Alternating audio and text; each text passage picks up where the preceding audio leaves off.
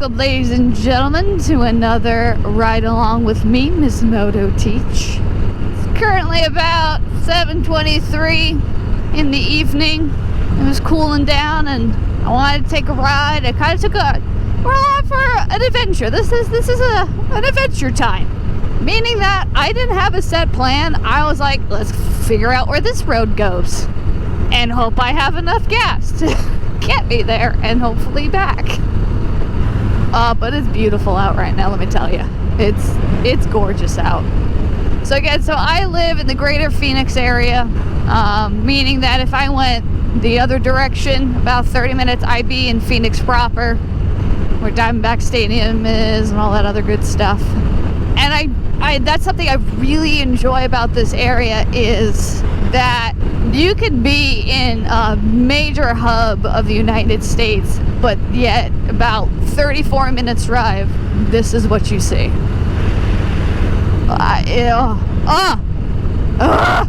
It's great. And one of the things I've learned, so I've only lived here for about a year. Whoa! That was a nice Audi. Sorry, what was I saying? Oh yeah, from what I've seen just by living here a year, especially during the summer, you will see people out at the nighttime. However, of course, with everything going on with COVID and all that, that has kind of the damper on things a little bit.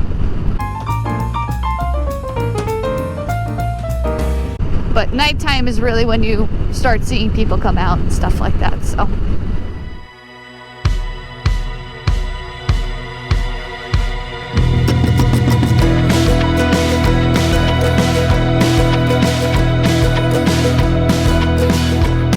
Translates on camera, but that sunset right there, beautiful.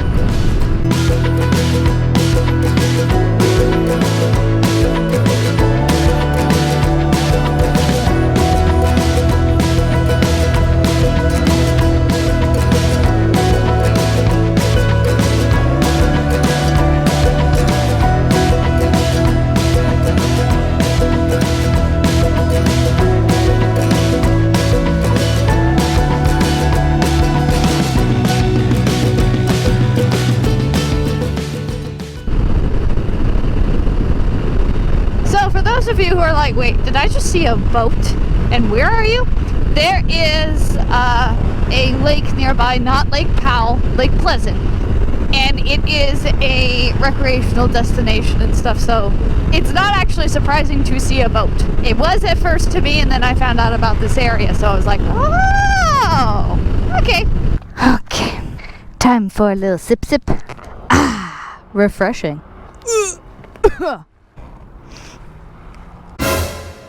Alrighty, let's get it going. You can't necessarily see what's around me, possibly in the best light, but you know what? It's okay. There's always going to be Adventure Time, which I am planning to do a Adventure Time series where I go to places around my area and kind of show you where I'm at and what's around here and stuff like that. That was a recommendation from both Black Phoenix Entertainment as well as Ya Average Biker Boy, ya boy. Both have been awesome to talk to and collaborate with and all that stuff. I'll leave their links to their channels down below in the description. Oh, my glove isn't sealed! Oh no! Like I was saying though, I'll leave their links to their channels below because they're both pretty darn awesome. And they've actually kind of been helping me out get this stuff started. So there you go. So while I am riding along here, one of the things I actually wanted to talk to you guys about is something actually I was talking about with Your Average Biker Boy. We were talking a little bit about me teaching and stuff like that, and he asked me a question.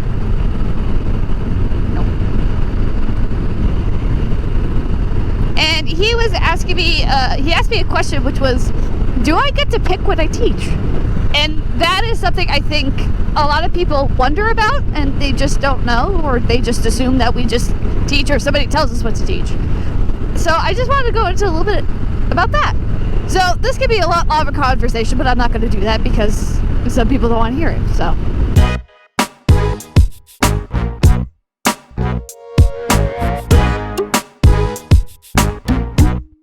pretty much every state, so according to the U.S. Constitution, you didn't think you were gonna learn. Joke's on you. According to the U.S. Constitution, and when it was written, education is a domain and a power that's actually reserved to the states.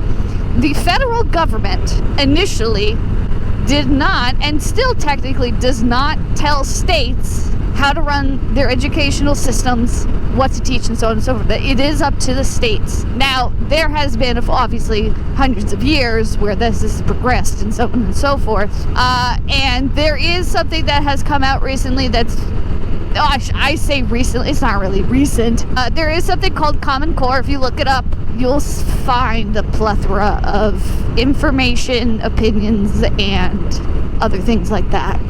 This road is bumpy. Okay, will there be enough time? Can I do it? Can I do it? Can I do it? Can I do it? I did it! I fixed my glove. So, there's this thing called Common Core. Common Core, the whole point of it is, with the fact that states, yes, can dictate things like that in their own state, you know, you don't want one state to be better than the other, in a sense. You want everybody to be in the same field, because what happens if somebody moves or something like that?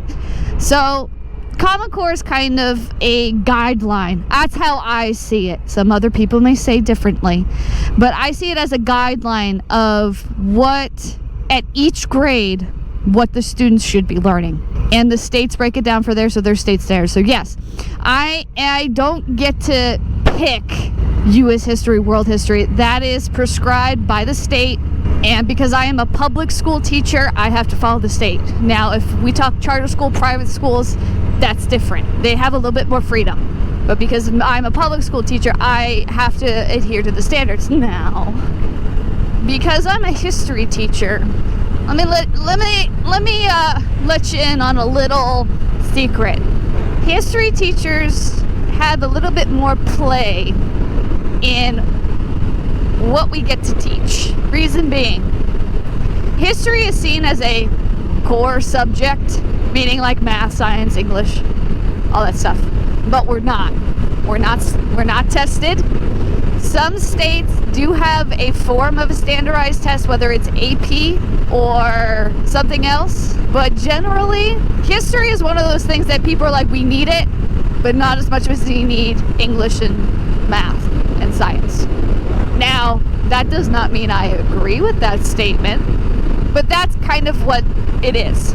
With the standards and stuff like that, there is room for me to focus on different aspects of it, but that's even dictated too. Like, I have to, example of a standard is I need to talk about the Civil War, but I have to do like 5 different things. I have to explain the social and cultural atmosphere surrounding the time of the separation. I have to describe the economic situations of both the North and the South, and how does that play into it. I have to explain the political parties and how they play. Like, so that's what's in the standards. Now, some of you are thinking, that's a lot. Yeah, it is. Can we teach all that in 1 year? Or I should say 180 days. It's not easy. And then on top of that, not only do I have to teach about the facts and stuff, I also have to teach skills. Are my students able to read an article, pull out the author's point of view, and relay it back to me? Can they found the counter argument? And that's the other thing about history that a lot of people don't realize. We're secretly an English class. If you really think back on it, what really was the difference between your English class and your history class? Your history teacher is cooler. Okay, fine. Yes, yeah, I know. I'm pretty awesome. But still, not much different. So what happens if, let's say, a teacher does not teach to the standards? Well, in a public school, you do get in trouble. There are systems of checks and balances and things like that to make sure that teachers are doing the same thing. Teacher observations, things like that. We have to be up to date on the standards, even though, like, for instance, the standards that I was teaching with last year have now changed. So now I have to learn a whole new set of standards and create curriculum plans and lesson plans and all this stuff. There's a lot of things teachers do. There really is. I like when I see a line of cars and then I see like the headlights up here, then I know it's a lifted truck, and I giggle. Let me know in the comments below if you want me to talk more about state standards, or kind of more about like how do teachers keep up with this, how are teachers actually evaluated, what we're expected to do, because there's a whole lot. Like, for instance, some districts require teachers, if they are part of the district for a certain amount of years, they have to get their masters, while some districts don't. Some districts will offer to actually pay for a teacher to get their masters. However, then you have to like work in the district for so many years, kind of like a give and take. Generally, we are expected to kind of be forever a student. Professional development sessions, all that jazz. A lot of people are like, oh, teachers have off during the summer. We do, but let's say I am a teacher and my teaching license is expiring here soon. Mine's not. I just got mine. You actually have to have a certain amount of professional development hours, and that is actually what the summers are largely about. Teachers are going to professional development sessions, talk about new theories, new pedagogy, new strategies to bring to the classroom. So, while yes, teachers have off, we are expected to not stop. And sometimes, well, a lot of times, professional development sessions, especially during the summer, are paid by the teacher. They expect us to get professional development, but then they don't provide the opportunities and funds for us to get that professional development. You know, that there's a reason. Oh, I hate when I do that.